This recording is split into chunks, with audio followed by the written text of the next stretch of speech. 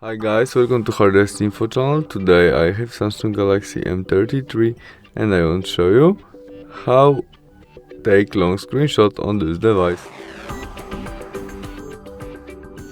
Open Google Chrome application in it or something like that. When you have more information than you have on the one side of screen where we can scroll something.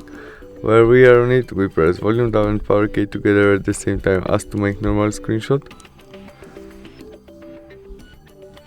And after a second, tap on this icon and put on it, and when we put it, we're scrolling and adding more information and creating our long screenshot. When we have all we need, we stop push it, and that's all. We have our long screenshot, which is saved in our gallery right now. Thanks for watching, see you soon, bye.